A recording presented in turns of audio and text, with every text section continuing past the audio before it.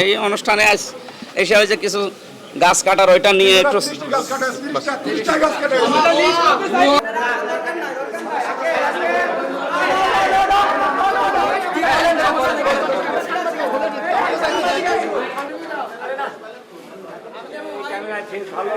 কিছু জানি না। আমি তো প্রিন্সিপাল তোমার বলেও নি যে এখানে মানববন্ধন হচ্ছে গাছ মাছ নিয়ে, আর গাছের কথা তো কাজ আমরা জানি না। আমরা ভাই এক মিনিট, আপনি যখন ঢুকছেন তখন দেখছেন যে সাধারণ শিক্ষার্থীরা মানববন্ধন করছে। কোনো কারণে কেউ যদি মানববন্ধন করে অবশ্যই তো আপনি এখানে আমাদের যেহেতু অভিভাবক হিসাবে আছেন, আপনি অভিভাবক হিসাবে অবশ্যই কিন্তু আপনার দেখা দেয়। কিন্তু এদের সঙ্গে কথা বলতে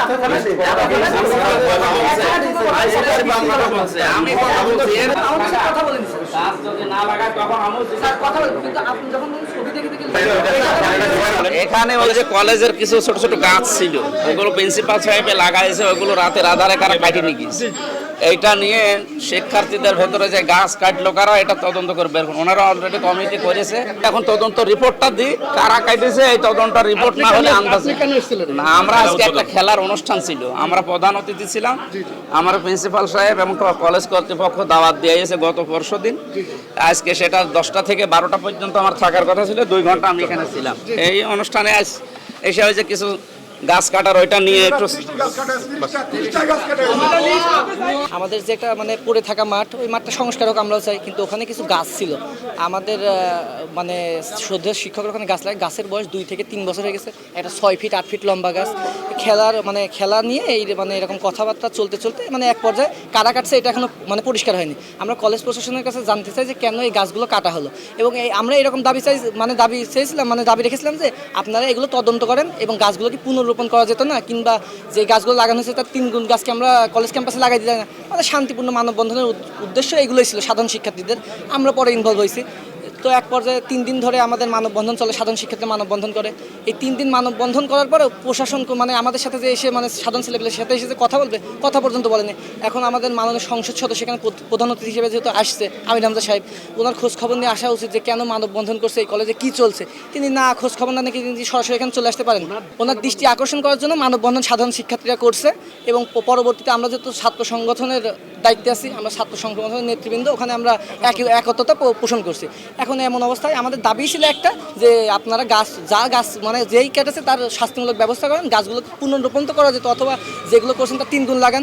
এবং শেষ পর্যায়ে মাননীয় মানে ছেলেপেলে স্লোগান দিচ্ছিল, উত্তেজিত হয়। স্লোগানের এক পর্যায়ে আমাদের মাননীয় সংসদ সদস্য কি বললেন, যে আমি ছবি তুলে রাখছি, সবার লিস্ট করা হবে। এই যে সবার লিস্ট করা হবে, এটা তো হাসিনা আমলের স্টাইল, এই ফ্যাসিস্ট আমলের স্টাইল। কেন লিস্ট করা হবে? আমরা কি তাদের বাইরে? তিনি আমাদের মানে পিতৃ তুল্য, আমরা তাদের সন্তান তুল্য। এই ক্যাম্পাসে এসে আমাদের প্রিন্সিপাল আমাদের শ্রদ্ধেয় শিক্ষকের সামনে আমাদের কি বললো, তোমাদের ছবি তুলে নিয়ে গেলাম, তোমাদের লিস্ট করবে। এই পর্যায়ে সাধারণ শিক্ষার্থী উত্তেজিত হয়ে তার মানে পথরোধ করে, তাকে প্রিন্সিপালের রুমে আটকে রাখে। আমাদের দাবি হচ্ছে, আমরা সাধারণ শিক্ষার্থী কলেজের সবার আগে পরিচয় আমাদের কলেজে আমরা সাধারণ শিক্ষার্থী।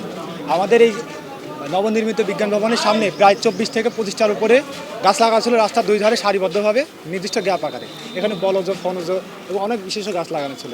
রূপালী ব্যাংক থেকে এসে এখানে একটা গাছ রোপণ করে গেছে, তার কর্মসূচি ছিল। এবং সবথেকে দুঃখজনক বিষয়, আমাদের প্রয়াত একজন শিক্ষক, তার স্ত্রী, তার স্মরণে একটা গাছ লাগা ছিল এখানে, ওইটাকেও উচ্ছেদ করা হয়েছে। আমাদের দুঃখ আমরা ওই জায়গায় পেয়েছি যে এই গাছগুলোর বয়স কিন্তু খুব বেশি না। কিছু গাছ 3 মাস আগে রোপণ করা হয়েছে, কিছু গাছ 2 বছর আগে রোপণ করা হয়েছে। সেগুলোকে কিন্তু পুনরোপণ করা যেত, কিন্তু প্রিন্সিপাল স্যারের বক্তব্য কে বা কারা রাতের আধারে এসে গাছগুলো কেটে সাবার করে লুকায় রাখছে। গাছের অবশিষ্ট অংশ আমাদের বিজ্ঞান ভবনের পেছনে স্তূপ করা আছে। আমরা এইটার তীব্র নিন্দা প্রতিবাদ জানাই আজকে 2 দিন যাবত মানববন্ধন করতেছি, এবং আমরা শান্তিপূর্ণ মানববন্ধন করতেছি। যখন আমাদের যে আজকে খেলার যে প্রধান অতিথি ছিল, আমাদের কুষ্টিয়া 3 আসনের সংসদ সদস্য, তিনি আমাদের মানববন্ধন, শান্তিপূর্ণ মানববন্ধন ছেলেদেরকে উস্কানিমূলকভাবে বলছে, যারা এগুলো করতেছে, এই মানববন্ধন করতেছে, আমার বক্তব্যে ব্যাঘাত সৃষ্টি করছে, তাদেরকে আমি লিস্ট করব।